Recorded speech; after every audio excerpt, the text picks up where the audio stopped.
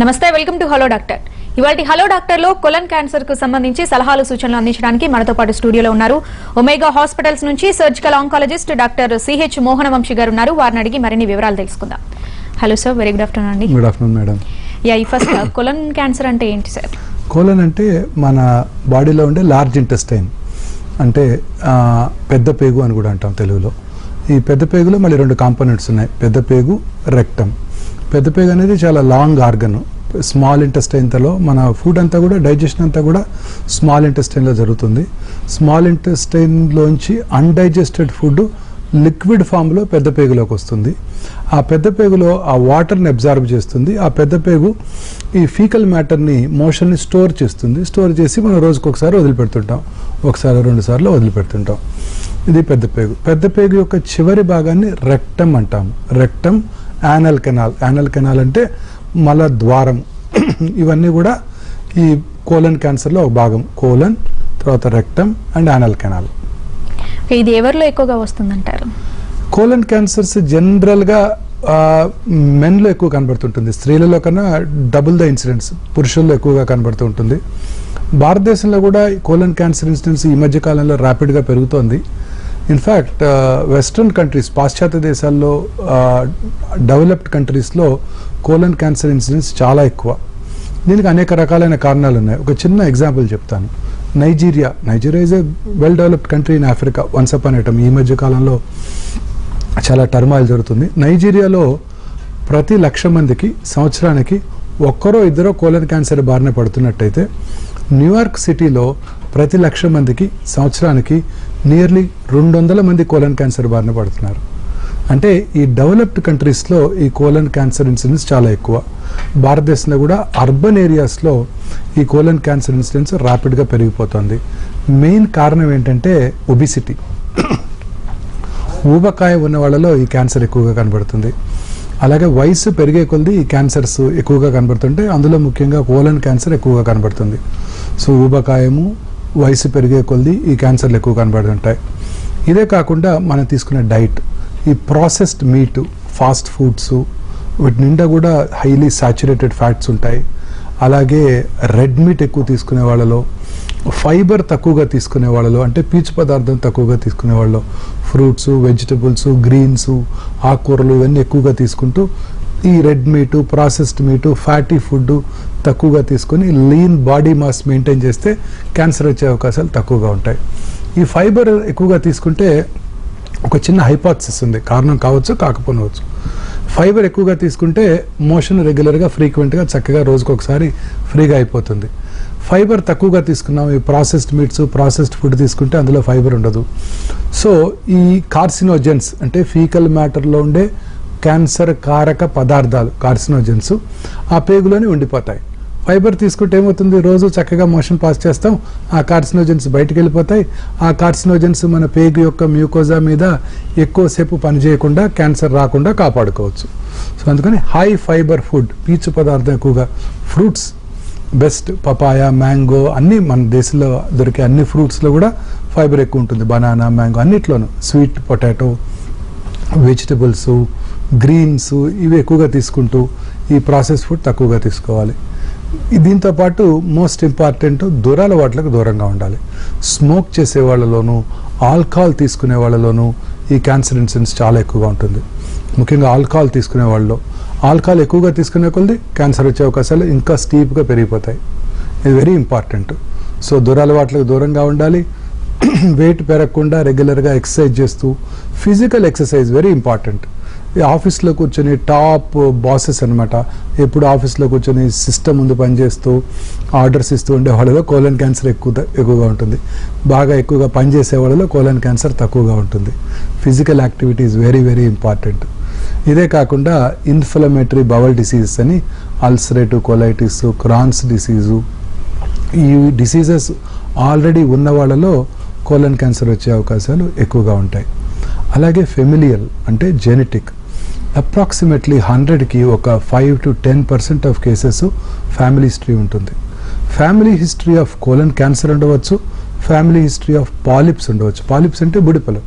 Family history of polyps ఉన్న, personal history of polyps అంటే ఇంతకుముందు ఎప్పుడో పాలిప్ ఉండి ఆ పాలిపెక్టమీ చేయించుకొని అది నార్మల్గా ఉన్నా మళ్ళీ పాలిప్స్ వచ్చే అవకాశాలు, మళ్ళీ ఆ పాలిప్స్ క్యాన్సర్గా మారే అవకాశాలు ఎక్కువగా ఉంటాయి. సో అలాగే క్యాన్సర్ వంశపారంపర్యమైన జబ్బు కాదు, కానీ కోలన్ క్యాన్సర్ కనుక ఉన్నట్టయితే వారి పిల్లల్లో ఈ క్యాన్సర్ వచ్చే అవకాశాలు నార్మల్ పాపులేషన్ కన్నా కొంచెం ఎక్కువగా ఉంటాయి.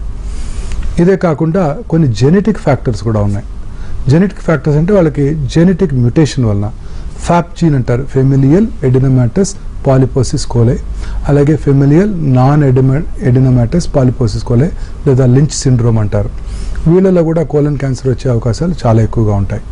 ఫ్యాప్ జీన్ ఉన్న వాళ్ళు 100% ఆటోజోమల్ డామినెంట్ ప్యాటర్న్, వాళ్ళలో కూడా అబౌట్ 50% ఆఫ్ దేర్ పాపులేషన్ పిల్లలు క్యాన్సర్ వచ్చే అవకాశాలు ఎక్కువగా ఉంటాయి. సో ఇట్లా ఇవన్నీ కూడా చాలా important. So moral of the story ఏంటంటే గ్రీన్స్ ఎక్కువగా తీసుకుంటూ, ఫ్రూట్స్ ఎక్కువగా తీసుకుంటూ, ఈ ఫాస్ట్ ఫుడ్స్, పిజ్జాలు, బర్గర్లు, ప్రాసెస్డ్ మీట్స్, రెడ్ మీట్ అన్నీ తక్కువగా తీసుకుంటూ, వెజిటేరియన్స్లో కోలన్ క్యాన్సర్ వచ్చే అవకాశాలు చాలా చాలా తక్కువగా ఉంటాయి. సో ప్రిఫరబుల్లీ వెజిటేరియన్ ఫుడ్ తీసుకుంటూ, అలాగే వాటర్ ఎక్కువగా తీసుకునే వాళ్ళలో కోలన్ క్యాన్సర్ వచ్చే అవకాశాలు తక్కువగా ఉంటాయి. సో వాటర్ ఎక్కువగా తీసుకుంటే మోషన్ కూడా ఫ్రీగా అయిపోతుంది, పీచు పదార్థం కూడా ఉంటుంది, కార్సినోజన్స్ ఎక్కువ ఎక్స్పోజ్ అవ్వవు. సో వాటర్ ఎక్కువగా రోజుకి మినిమం 5 to 6 గ్లాసెస్ వాటర్ తీసుకుంటూ ఇవన్నీ రెగ్యులర్గా పార్టిసిపేట్ చేస్తున్నట్టయితే కోలన్ క్యాన్సర్ బారిన పడకుండా ఉండటానికి మంచి అవకాశం ఉంటుంది. అయితే ఈ సిమ్టమ్స్ ఎలా ఉంటాయి సార్? కోలన్ క్యాన్సర్ సిమ్టమ్స్ వేరీడ్గా ఉంటాయి. Colon is a long organ. Left colon, right కోలన్గా మనం బేసికల్గా డివైడ్ చేయొచ్చు. అలాగే లెఫ్ట్ కోలన్తో పాటు రెక్టమ్ అంటే కోలన్ యొక్క చివరి భాగము, ఇంకా చివరి భాగము యానల్ కెనాల్ అంటే మలద్వారము. ఈ rectum, anal canal, left colon cancers ఒక రకంగా ఉంటాయి. మోస్ట్లీ ఎలా ఉంటుంది, మోషన్లో బ్లడ్ పట్టడం, రెడ్ బ్లడ్ పట్టడం, అలాగే మోషన్లో బ్లడ్ మోషన్తో మిక్స్ అయి పట్టడం, బ్రౌన్ కలర్ మోషన్ రావటం, అండ్ ఫ్రీక్వెంట్గా మోషన్కి వెళ్ళటం అంటే లూజ్ మోషన్స్ అవటం, అంటే లూజ్గా ఉండక్కర్లేదు, చాలాసార్లు మోషన్కి వెళ్ళటం, అలాగే మోషన్లో బంక పట్టడం అంటే ఈ ట్యూమర్ నుంచి కారే ద్రవాలు బంకలాగా పడతాయి. చాలాసార్లు మోషన్స్ ఎక్కువ సార్లు అవుతాయని అనుకుంటారు, యాక్చువల్లీ మోషన్ ఉండదు, ఆ ట్యూమర్ నుంచి కారే ద్రవాలు మోషన్ లాగా మనకు అనిపిస్తూ ఉంటుంది. సో లూజ్ మోషన్స్ అవటం, అలాగే కాన్స్టిపేషన్ అంటే ట్యూమర్ పూర్తిగా బ్లాక్ చేసేస్తే కాన్స్టిపేషన్ రావచ్చు. నియర్ టోటల్ బ్లాకెడ్ ఉంటే ఒకసారి ఆల్టర్నేటింగ్ కాన్స్టిపేషన్, లూజ్ మోషన్స్ ఉండవచ్చు. ఇవన్నీ కూడా లెఫ్ట్ సైడెడ్ కోలన్ క్యాన్సర్ లక్షణాలు. అలాగే ఇంకొక వెరీ ఇంపార్టెంట్ లక్షణం ఏంటంటే feeling of incomplete evacuation.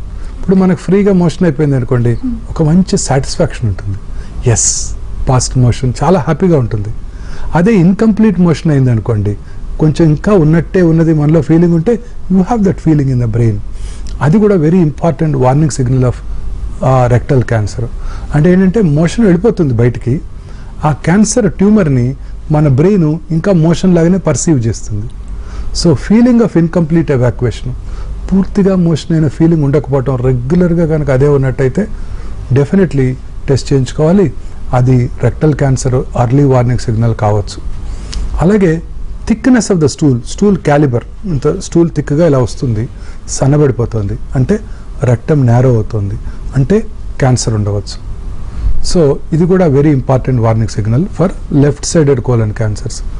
Right side colon cancer most of the often asymptomatic, ఏమి సిమ్టమ్సే కలగజేయవు. చాలాసార్లు దే మేనిఫెస్ట్ విత్ ఎనీమియా అంటే రక్తం లేమి, రక్తం లేకపోవటం. అంటే అక్కడ ట్యూమర్ నుంచి బ్లడ్ కారుతూ ఉంటుంది, ఆ లిక్విడ్ మోషన్లో మిక్స్ అయిపోతుంది, మనకు బయటకు వచ్చేసరికి మనకు బ్లడ్ లాగా కూడా కనబడదు. సో అలాంటప్పుడు జస్ట్ ఏమి ఉండదు, రక్తహీనత, బ్లడ్ తగ్గిపోవటం, చాలాసార్లు బ్రెత్లెస్నెస్, ఆయాసం వస్తుంది. ఆయాసం వస్తే పెద్ద వయసులో వస్తాయి ఈ క్యాన్సర్స్ పురుషుల్లో. ఫస్ట్ మనం వెళ్ళేది కార్డియాలజిస్ట్ని కలుస్తున్నాం, బ్రెత్లెస్ ఆయాసంగా ఉందని. అక్కడ వాళ్ళు యాంజియో కూడా చేసేస్తారు, ఆ వయసులో 2-3 బ్లాక్స్ కూడా ఉండొచ్చు, దానికి స్టెంటింగ్ కూడా చేసేస్తారు. ఆ తర్వాత ఇంకా రక్తహీనత ఉంటుంది, అప్పుడు కొలనోస్కోపీ చేస్తే కోలన్ క్యాన్సర్ డయాగ్నోస్ చేస్తాం. సో 50 ఏళ్ళు దాటినాక ఎవరికైనా రక్తహీనత కనుక ఉన్నట్టయితే ఖచ్చితంగా అప్పర్ జియోస్కోపీ, ఎందుకంటే carcinoma stomach is the commonest cancer in south Indian men.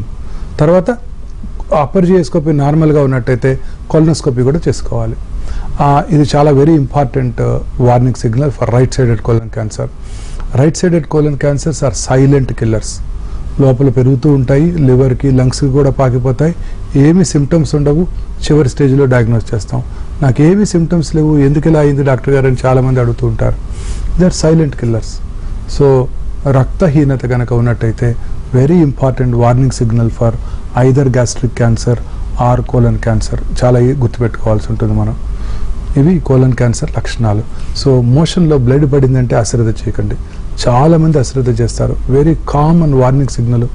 Piles ఉన్నాయి, నాకు లాస్ట్ ఇయర్ పైల్స్ ఉన్నాయి, అప్పుడు ఇలానే బ్లడ్ పడింది, అప్పుడు డాక్టర్ దగ్గరికి వెళ్తే మందులు ఇచ్చారు, ఇప్పుడు పైల్స్ కాకపోవచ్చు, ఇప్పుడు రెక్టల్ క్యాన్సర్ ఉండవచ్చు. సో మోషన్లో కనుక బ్లడ్ పడితే ఎప్పుడు కూడా అశ్రద్ధ చేయకూడదు. వెంటనే మనం ఎగ్జామినేషన్ చేయించుకోవాలి. కొలనోస్కోపీ, సిగ్మాడోస్కోపీ అవసరమైతే చేయించుకోవాలి. దీని సిమ్టమ్ని అశ్రద్ధ చేయకూడదు. పైల్స్ ఉన్నట్టయితే ఆ పైల్స్కి ట్రీట్మెంట్ తీసుకుని ఆ మోషన్లో బ్లడ్ ఆగిపోయిందో లేదో చూసుకోవాలి. చాలా ఇంపార్టెంట్ ఇది. చాలామంది ఇలానే అశ్రద్ధ చేసి 100కు 70 మంది ఈ పైల్స్ అనే అశ్రద్ధ చేస్తూ లేట్గా డాక్టర్ దగ్గరికి వస్తుంటారు. రైట్ డాక్టర్ గారు, ఒక బ్రేక్ తీసుకుందాం. బ్రేక్ తర్వాత ట్రీట్మెంట్ ఎలా ఉంటుంది, ముందుగానే డయాగ్నోస్ చేయడానికి స్క్రీనింగ్ టెస్ట్లు ఏవి ఉంటాయో తెలుసుకుందాం.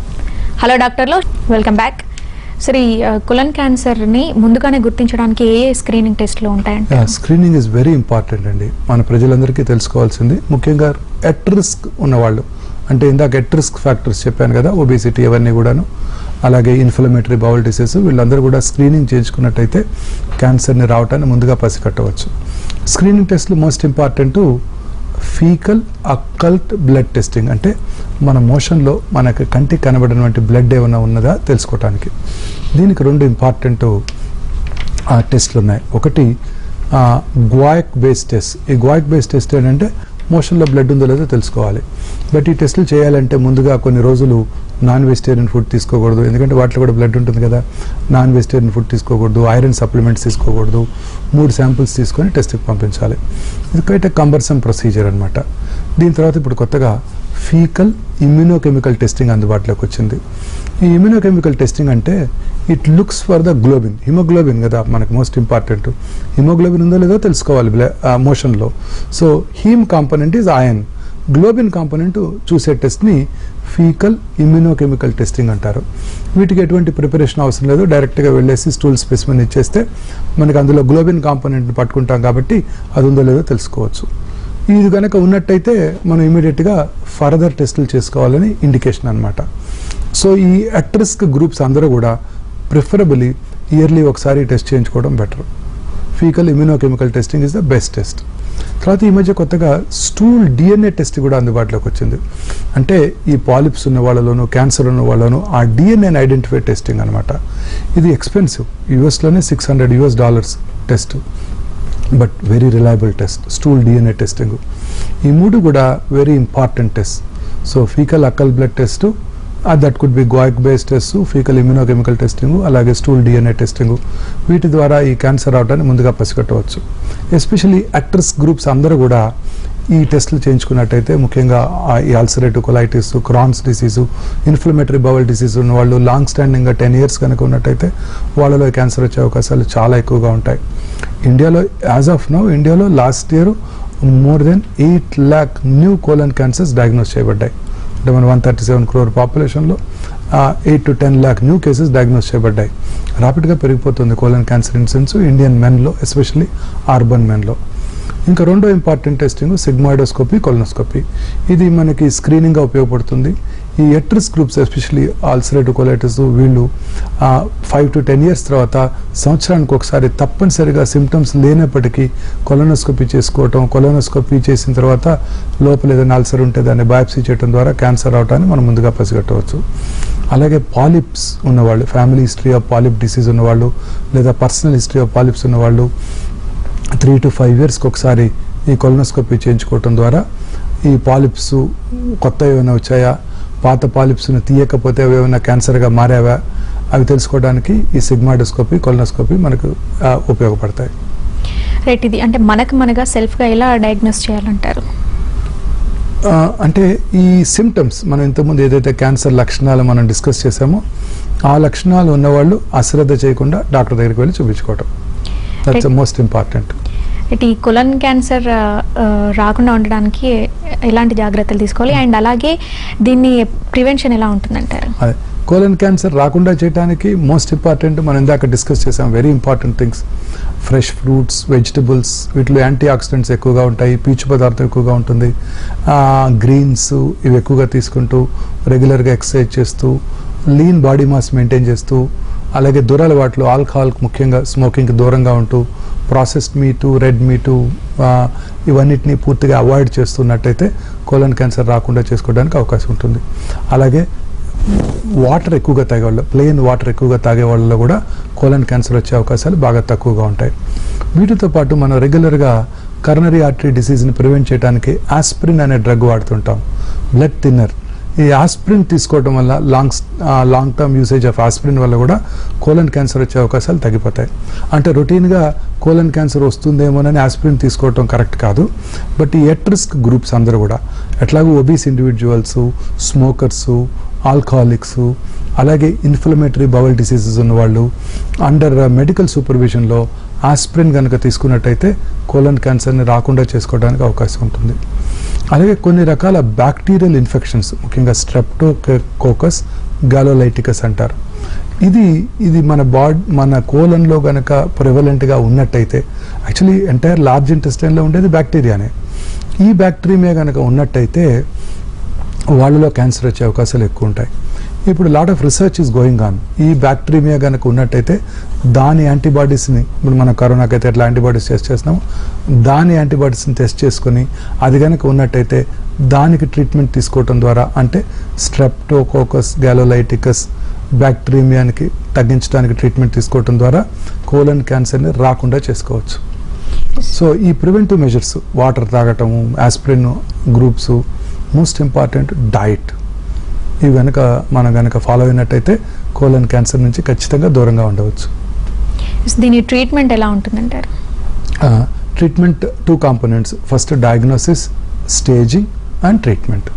Diagnosis is very simple. Colon cancer అనుమానిత లక్షణాలు ఉన్నప్పుడు కొలనోస్కోపీ లేదా సిగ్మాయిడోస్కోపీ చేసుకోవటం ద్వారా క్యాన్సర్ ఎక్కడ ఉన్నది, ఏ రకంగా ఉంది, ఒకటే ఫోకస్ ఉన్నదా, మల్టిపుల్ ఫోకై ఉన్నాయా, మల్టిపుల్ ఫోకై కూడా ఉండొచ్చు. సింక్రోనస్ క్యాన్సర్స్, ఒకసారి లెఫ్ట్ కోలన్లో క్యాన్సర్, రైట్ కోలన్లో క్యాన్సర్ ఉంటుంది. అలాగే పాలిప్స్ ఏమైనా ఉన్నాయా అనేది సింపుల్ కొలనోస్కోపీ చేసుకోవడం ద్వారా మనం తెలుసుకోవడానికి అవకాశం ఉంది. కొలనోస్కోపీ చేస్తున్నప్పుడే దాన్ని బయాప్సీ చేసినట్టయితే కరెక్ట్గా ఏ రకమైన క్యాన్సర్ కూడా తెలిసిపోతుంది. ఇది మోస్ట్ ఇంపార్టెంట్. దీని తర్వాత స్టేజింగ్, అంటే క్యాన్సర్ అంటేనే శరీరంలో ఇతర భాగాలకు పాకుతూ ఉంటుంది. లోకల్గా పక్కన ఉన్న ఆర్గన్స్కి పాకుతుంది, డిస్టెంట్గా శరీరంలో ఇతర భాగాలకి, లివర్కి, లంగ్స్కి కూడా పాకే అవకాశాలు ఉంటాయి. జనరల్గా లివర్కి పాకుతూ ఉంటాయి, పక్కన ఉన్న లింఫ్ నోడ్స్కి పాకుతూ ఉంటాయి. సో దీన్ని స్టేజింగ్ అంటారు. అంటే ఏ స్టేజ్లో ఉన్నది క్యాన్సర్ అని తెలుసుకోవడానికి CT scanning, computerised axial tomography, లేదా ఈ మధ్యకాలంలో PET CT scan, positron emission tomography. PET CT స్కాన్లో 2 కాంపోనెంట్స్ ఉంటాయి, సిటీ స్కాన్ ఉంటుంది, పెట్ కాంపోనెంట్ ఉంటుంది. సిటీ స్కాన్లో కనిపించే గడ్డలో యాక్టివిటీ, మెటబాలిక్ యాక్టివిటీ ఉన్నది లేనిది మనకి పెట్ స్కాన్లో తెలుస్తుంది. దీన్ని పెట్ సిటీ అంటారు. మెటబాలిక్ యాక్టివిటీ ఉంటే క్యాన్సర్ ఉన్నట్టు most likely. So PET CT scan is a very useful tool to stage the cancer. Staging of the cancer is the most important. ఎందుకంటే treatment అంతా స్టేజింగ్ మీదే ఆధారపడి ఉంటుంది. Lower part of the colon ఇంతకుముందు discuss చేసాము, rectum and anal కెనాల్లో MRI and endorectal ultrasound కూడా చాలా యూస్ఫుల్గా ఉంటాయి. ఎందుకంటే కరెక్ట్గా రెక్టమ్ లేయర్స్ ఉంటాయి కదా, రెక్టమ్ అంటే ఒక tube, inner layer outer layer. Inner లేయర్లోనే ఉందా ట్యూమరు, మజిల్ లేయర్లోకి వచ్చిందా, అవుటర్ లేయర్లోకి వచ్చిందా తెలుసుకోవడానికి ఎండోసోనోగ్రఫీ, ఎండోస్కోపిక్ అల్ట్రాసౌండ్, అలాగే ఎంఆర్ఐ స్కాన్ చేయడం ద్వారా కరెక్ట్గా యాక్యురేట్గా డిటర్మిన్ చేయడానికి అవకాశం ఉంటుంది. Especially lower rectal cancers, anal canal క్యాన్సర్స్లో ఈ టెక్నాలజీ మనకి చాలా యూస్ఫుల్గా ఉంటుంది, MRI as well as endorectal ultrasound. So ఈ టెస్ట్లు అన్నిటి చేయడం ద్వారా మనం ట్యూమర్ యొక్క స్టేజింగ్ తెలుసుకోవడానికి అవకాశం ఉంటుంది. స్టేజ్ని బట్టి మనకు ట్రీట్మెంట్ ఉంటుంది. అర్లీ స్టేజ్లో కనుక క్యాన్సర్ని డయాగ్నోస్ చేసినట్టయితే మనం సర్జరీ చేయడం ద్వారా పూర్తిగా క్యూర్ చేయవచ్చు. ఏ కోలన్ క్యాన్సర్ ఎక్కడైనా అర్లీ స్టేజ్లో డయాగ్నోస్ చేయడం ద్వారా క్యాన్సర్ వచ్చిన భాగము, ఆ తర్వాత అది ఎక్కడికైతే పాకటానికి అవకాశం ఉందో లింఫ్ గ్లాండ్స్ అంటారు, ఎక్కడైనా అంతే, ఏ క్యాన్సర్లో అయినా అంతే. మోస్ట్లీ క్యాన్సర్ అఫెక్ట్ అయిన ఆర్గను దానికి రీజనల్ లింఫాటిక్స్, వీటన్నిటిని రాటికల్గా తీసేయటం ద్వారా మనం ఈ క్యాన్సర్ని క్యూర్ చేయవచ్చు. ఈ మధ్య కాలంలో ఈ సర్జరీస్ అన్నీ కూడా పెద్దగా కోత లేకుండా కీహోల్తో చేయటం జరుగుతుంది. కీహోల్తో చేయటం ద్వారా అడ్వాంటేజ్ ఏంటంటే మినిమల్లీ ఇన్వేసివ్, తక్కువ మార్బిడిటీ, వెరీ ఫాస్ట్ రికవరీ.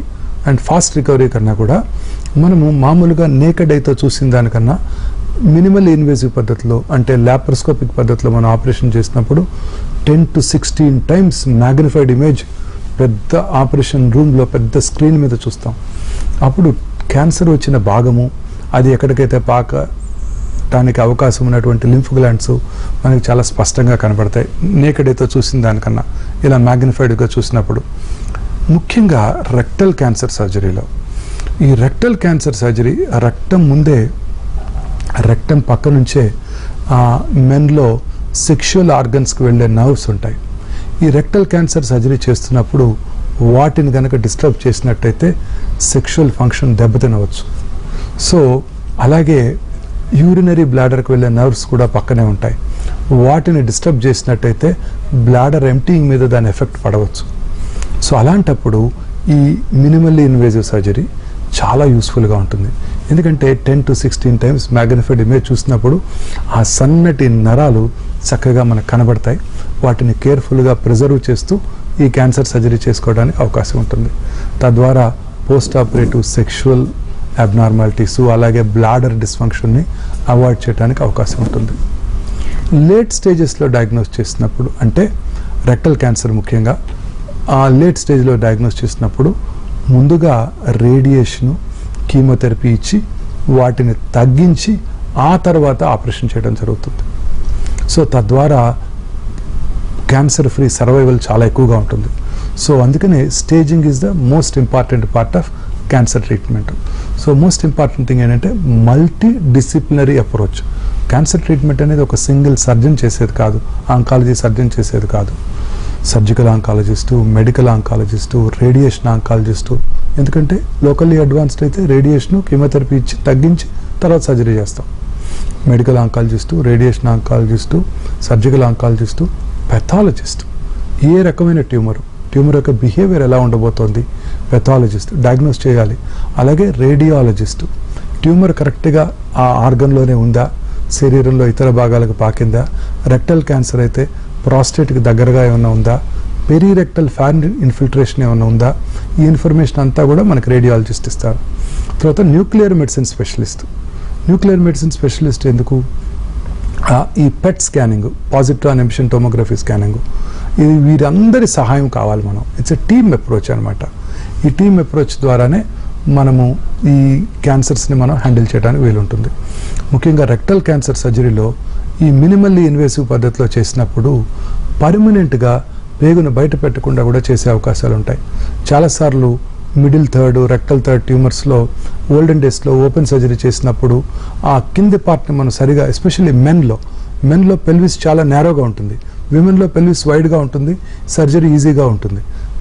మగవాళ్ళలో ఈ ఆపరేషన్ చేసేటప్పుడు చాలా డిఫికల్ట్, ఎందుకంటే వాళ్ళందరికీ నేరో పెల్విస్ ఉంటుంది మగవాళ్ళకి. అక్కడ ఈ rectal lower part of the రెక్టమ్ని అప్రోచ్ చేయడం చాలా కష్టం. మినిమల్లీ ఇన్వేజివ్ పద్ధతిలో చేసినప్పుడు చాలా స్పష్టంగా కనబడుతుంది.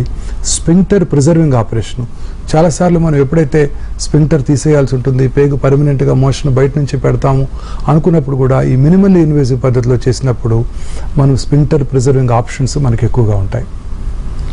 రైట్. ఈ టోటల్ ట్రీట్మెంట్ అవ్వడానికి ఎంత సమయం తీసుకుంటుంది అంటారు సార్? అంటే again depending on the stage. Late స్టేజెస్లో కూడా క్యాన్సర్ని డయాగ్నోస్ చేస్తాం. ఇందాక అనుకున్న colon cancer, especially right colon క్యాన్సర్ని చాలా లేట్ స్టేజెస్లో డయాగ్నోస్ చేస్తాం, లివర్కి పాకాక. వీళ్ళందరికీ కూడా మనము కీమోథెరపీ ఇవ్వాల్సి ఉంటుంది. ఇప్పుడు కీమోథెరపీతో పాటు అనేక రకాలైన టార్గెటెడ్ థెరపీస్ అందుబాటులోకి వచ్చాయి. సో ఇంతకుముందు 4th stage colon cancer patients 12 to 18 months survival ఉన్నట్టయితే ఈ కోలన్ క్యాన్సర్, ఈ అడ్వాన్స్డ్ కోలన్ క్యాన్సర్ పేషెంట్స్కి కీమోథెరపీ రెజిమెన్స్లో ఈ టార్గెటెడ్ థెరపీని ఇన్కార్పొరేట్ చేసినట్టయితే వాళ్ళ లైఫ్ 30 to 40 months అయ్యే అవకాశాలు ఏర్పడ్డాయి. ఇప్పుడు ఇవన్నీ కూడా మనకి ఇండియాలో అందుబాటులో ఉన్నాయి. అలాగే ఇమ్యూనోథెరపీ కూడా అందుబాటులోకి వచ్చింది. ఇమ్యూనోథెరపీ అంటే మన ఓన్ న్యాచురల్ ఇమ్యూనిటీని పెంచడం. ఈ క్యాన్సర్ సెల్ ఎంత ఇంటెలిజెంట్ అంటే మన టీ సెల్స్ అంటాం, కిల్లర్ సెల్స్, ఈ కిల్లర్ సెల్స్ని బ్లాక్ చేస్తాయి అవి.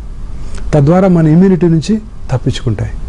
ఇప్పుడు ఇమ్యూనోథెరపీలో ఆ టీ సెల్స్ని ఈ క్యాన్సర్ సెల్స్ బ్లాక్ చేయకుండా కాపాడుకుంటాం ఆ ఇమ్యూనోథెరపీ ఏజెంట్స్ ఇవ్వటం ద్వారా.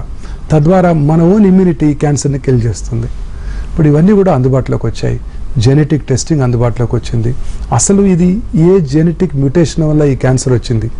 మన బాడీలో 2200 ప్రోటాన్ కోడింగ్ జీన్స్ ఉన్నాయని సైంటిస్టులు ఆల్రెడీ ఆవిష్కరించేశారు.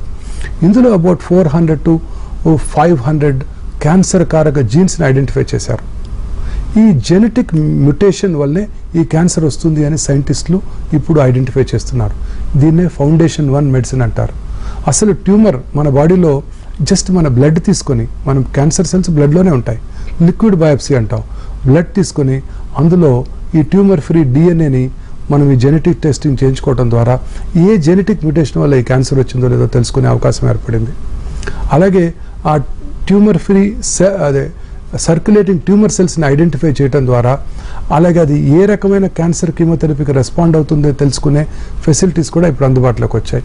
లేడీస్లో యూరిన్ ఇన్ఫెక్షన్ వస్తుంది, యూరిన్ కల్చర్ చేయించుకుంటారు, ఏ యాంటీబయాటిక్ లొంగుతుందో తెలుసుకుని ఆ యాంటీబయాటిక్ వాడేస్తుంటారు. అలాగే క్యాన్సర్ సెల్ని కూడా ల్యాబ్లో గ్రో చేసి, అంటే ఈచ్ ఇండివిజువల్ క్యాన్సర్ సెల్ని గ్రో చేసి ఏ రకమైన క్యాన్సర్ కీమోథెరపీ డ్రగ్, ఏ రకమైన టార్గెటెడ్ థెరపీ మాబ్స్ అంటాము, ఏ రకమైన ఇమ్యూనోథెరపీకి లొంగుతుందో కూడా తెలుసుకునే ఫెసిలిటీస్ ఇప్పుడు అందుబాటులోకి వస్తున్నాయి. తద్వారా లేట్ స్టేజ్ క్యాన్సర్ పేషెంట్స్లో కూడా సర్వైవల్ సిగ్నిఫికెంట్గా పొడిగించడానికి అవకాశం ఏర్పడుతుంది. Right, thank you doctor.